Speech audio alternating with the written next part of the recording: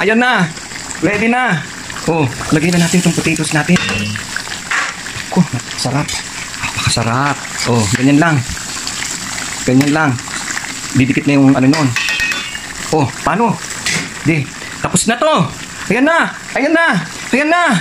Woo! Fantastic man strikes again. Okay, next, prepare na natin tong beef. Malambot na yan. May broth na yan. So, pa-fry na lang natin yung iba brown. Isi-sear. Ayan ang potatoes natin. Ready na. Malambot na. In goes the tomato paste. Yan naman ang style ko. Mas gumagamit ako ng tomato paste kaysa sa tomato sauce kasi nakokontrol ko yung tubig, liquid. Tapos, niluluto ko yan bago ko ihalo. Niluluto yan, mas masarap. Mas kakatas yan. Yan, no? Oh. Nilagay na natin yung pinagbabara ng soy sauce and calamansi. Ngayon, ito yung beef stock niya. Oh, na may kasama ng bay leaf. Yan. Si-simmer na lang natin yan. Oh, tapos magtitikin na yan. Ganda na. Tapos talagay natin yung sili, bell pepper, and potato. Mechado pala yung ginagawa ni Fantastic Man. Oh, mechado. Siyempre, simmer-simmer.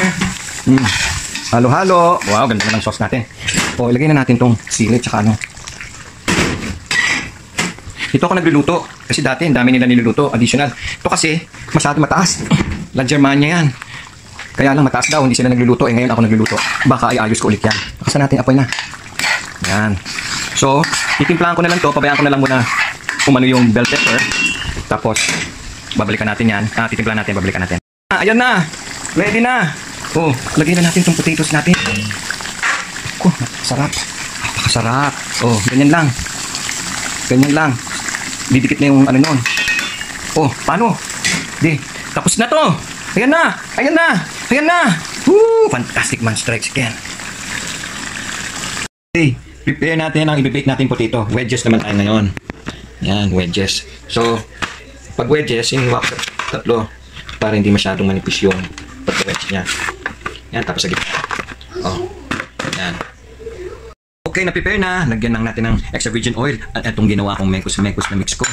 Okay, yan. So, pour lang natin. And mix lang yan. Oh, mix lang natin yan, oh. Oh, tapos ulog na natin tong ano. Yung enough lang siguro muna. Oh. May paprika yan. May cayenne. May chili powder.